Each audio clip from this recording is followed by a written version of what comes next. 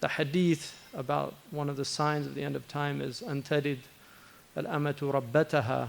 I mean, my personal interpretation of that, I haven't seen it from a scholar, but my personal interpretation of that is that the Islamic civilization gave birth to the Western civilization. And the Islamic civilization was a Amma civilization. It was a civilization of servitude.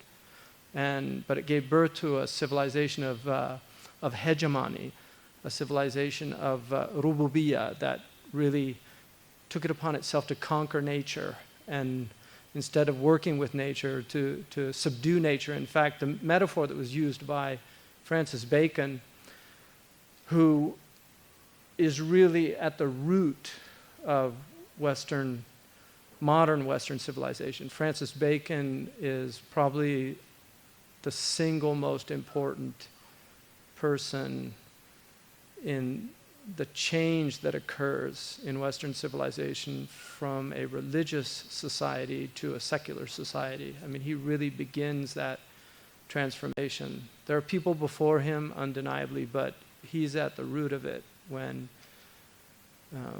deductive reasoning was supplanted and replaced by inductive reasoning, and the scientific method becomes the only method of knowledge, which is only one aspect of knowledge.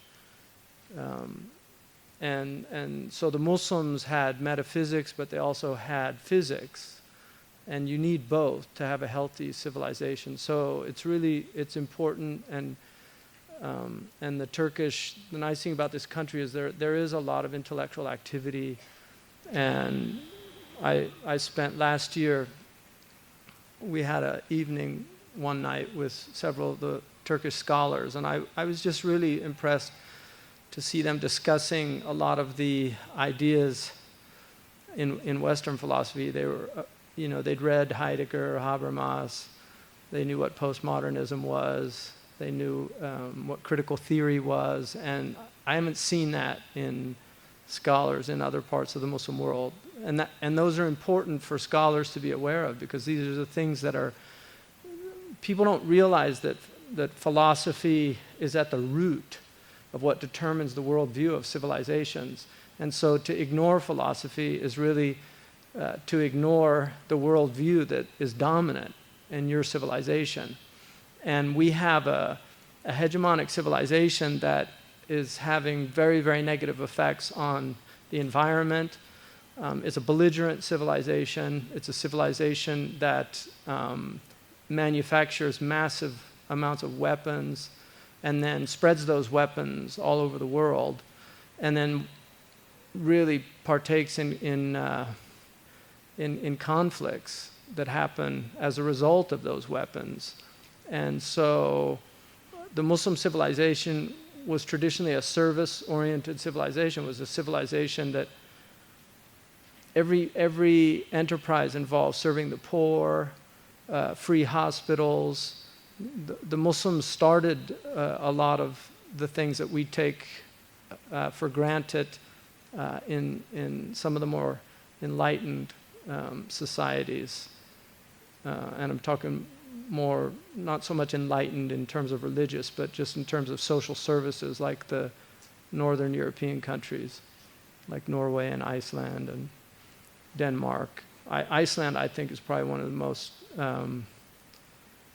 intelligent secular societies out there.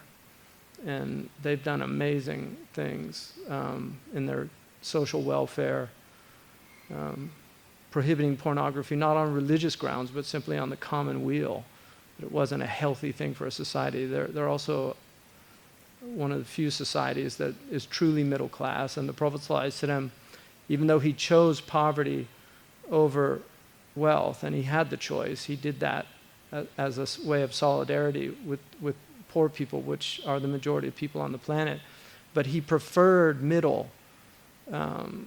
He preferred the middle, what we would call the middle class. And I'm not talking about middle class in America, which is an extravagant, wealthy class, but middle class in cultures where people have enough. They have their basic needs are met. That's a middle class.